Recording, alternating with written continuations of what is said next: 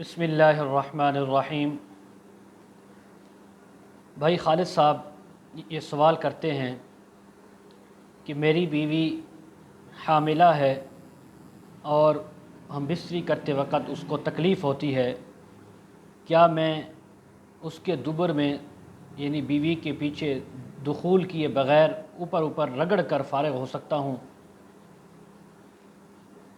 मोहतरम, अल्लाह रब्बुल इज़्ज़त ने बीवी को मर्द के लिए खेती बनाया है।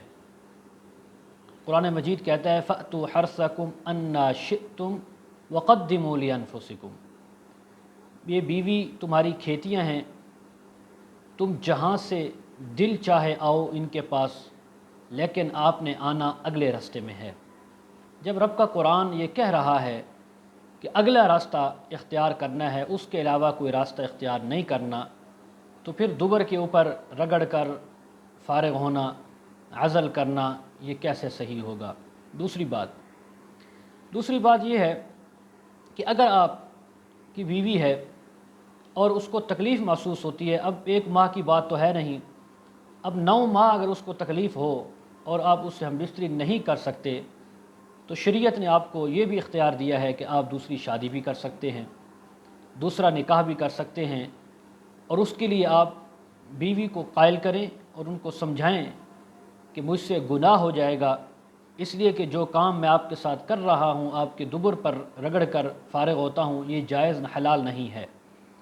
जो जायज़ हालत थी, जो जायज़ रास्ता था, उसमें आपको तकलीफ़ होती है, दिक्कत महसूस होती है, तो इसलिए शरअन मुझे इस चीज़ की इजाज़त है कि मैं दूसरा निकाह करूं और अपनी जो ख्वाहिश है उसको हलाल तरीके से पूरा करूं।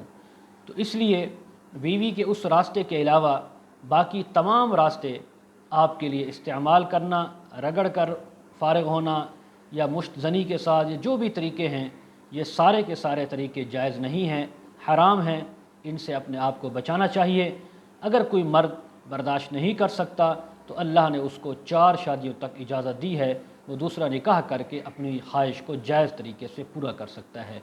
अल्लाह ताला हम सब को अमल की तौफ़ीक़ नसीब फ़रमाए। व आखिरु दावाना अनिल हम्दुलिल्लाहि रब्बिल आलमीन।